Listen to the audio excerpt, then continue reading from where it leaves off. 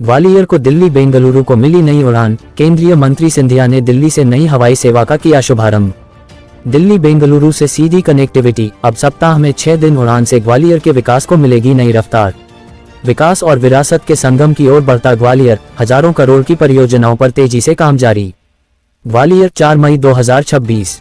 केंद्रीय संचार एवं पूर्वोत्तर क्षेत्र विकास मंत्री एवं गुना सांसद श्री ज्योतिरादित्य सिंधिया ने आज सोमवार को दिल्ली से वर्चुअली ग्वालियर हवाई अड्डे से अकासा एयरलाइंस की QP1572 बेंगलुरु दिल्ली ग्वालियर और QP1573 ग्वालियर दिल्ली बेंगलुरु की नई उड़ान सेवा का शुभारंभ करते हुए इस दिन को ग्वालियर के लिए ऐतिहासिक बताया।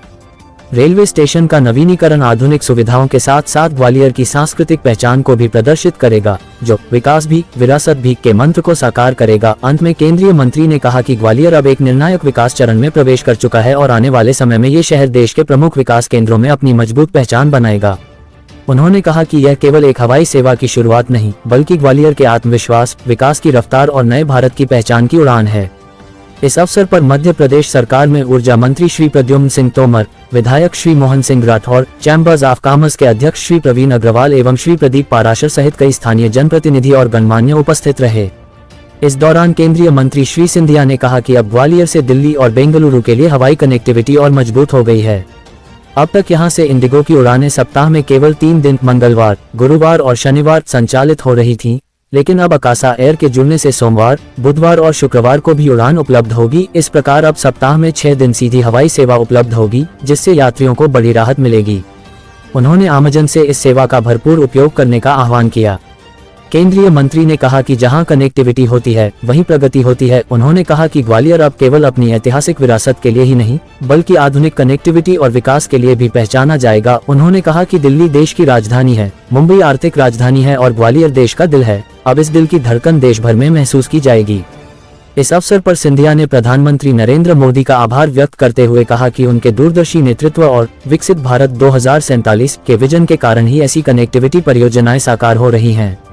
साथ ही उन्होंने नागरिक उड्डयन मंत्री राममोहन नायडू के सहयोग के लिए भी धन्यवाद ज्ञापित किया।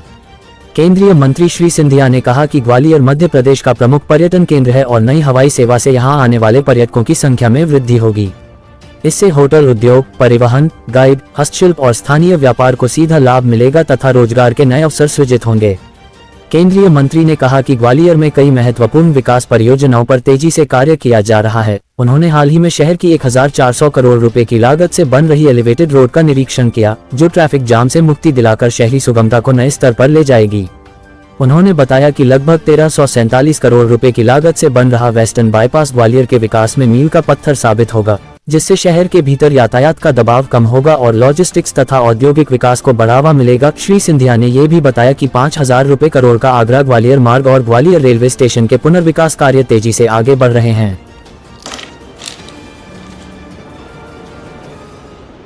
आकाश की ऊंचाइयों को छूने के लिए आप सभी के योगदान से, आप सभी के प्रयास से, आप सभी के सहायता से और प्रिया जी और उनकी संस्था के सहायता से हम लोग छू पाएंगे। इसी भावनाओं के साथ आप सभी को बहुत बहुत बधाई। मेरे यात्री जो इस विमान से अपना सफ़र तय करने वाले हैं, उनको बहुत बहुत बधाई। और ऐसा ही आपका, मेरा और हम सब का ग्वालियर बढ़ता रहे, आगे चलता रहे और विकास की नई चोटियों को छूता रहे। यही शुभकामनाओं के साथ आप सभी को बहुत बहुत धन्यवाद।